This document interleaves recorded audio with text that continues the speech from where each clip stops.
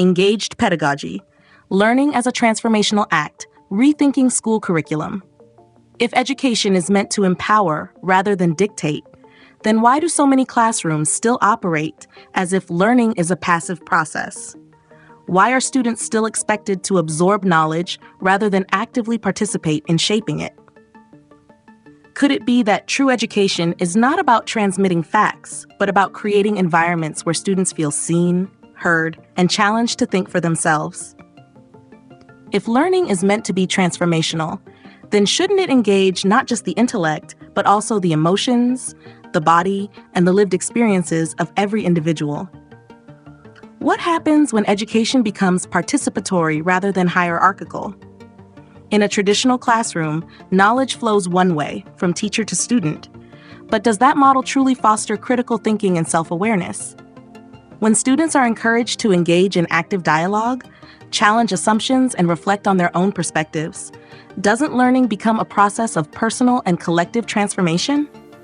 Shouldn't classrooms be spaces where ideas are not just delivered, but explored, debated, and reshaped through discussion and inquiry? Emotional intelligence, EQ, tells us that effective learning does not happen in isolation from emotions and personal experience. A student who feels disconnected, unheard, or intimidated by rigid structures will struggle to engage, no matter how intelligent they are. But when teachers create inclusive, student-centered environments where students feel safe to express their thoughts, explore difficult questions, and take intellectual risks, learning becomes more than just retention of facts. It becomes an act of self-discovery and empowerment. If we know that learning is not just about intellect, but also about emotional connection, then why do so many classrooms still function as if students are empty vessels rather than active participants in their own education? And what about multiple intelligence theory?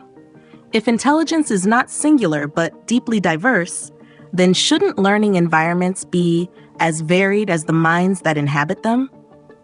Some students process knowledge through logical reasoning, others through movement, music, visual storytelling, or interpersonal dialogue. So why do schools still rely so heavily on lecture-based, test-driven models that fail to engage the full spectrum of human intelligence? What if classrooms were designed to honor different ways of knowing, incorporating hands-on experiences, collaborative learning, and reflective practices that allow each student to engage with knowledge in ways that resonate with them? If education is truly about transformation, then it cannot be reduced to memorization, standardization, or passive absorption. It must be about engagement, where students are not just recipients of knowledge, but co-creators of it. What if classrooms were places where students felt encouraged to bring their full selves, intellect, emotions, creativity, and lived experiences, into the learning process?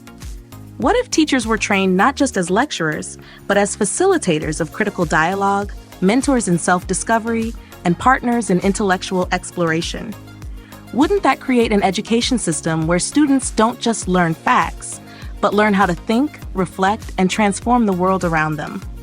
If engaged pedagogy is about making learning meaningful, empowering, and deeply personal, then we must ask, are we designing schools to awaken curiosity, self-awareness, and transformation, or are we still treating education as a rigid system of content delivery?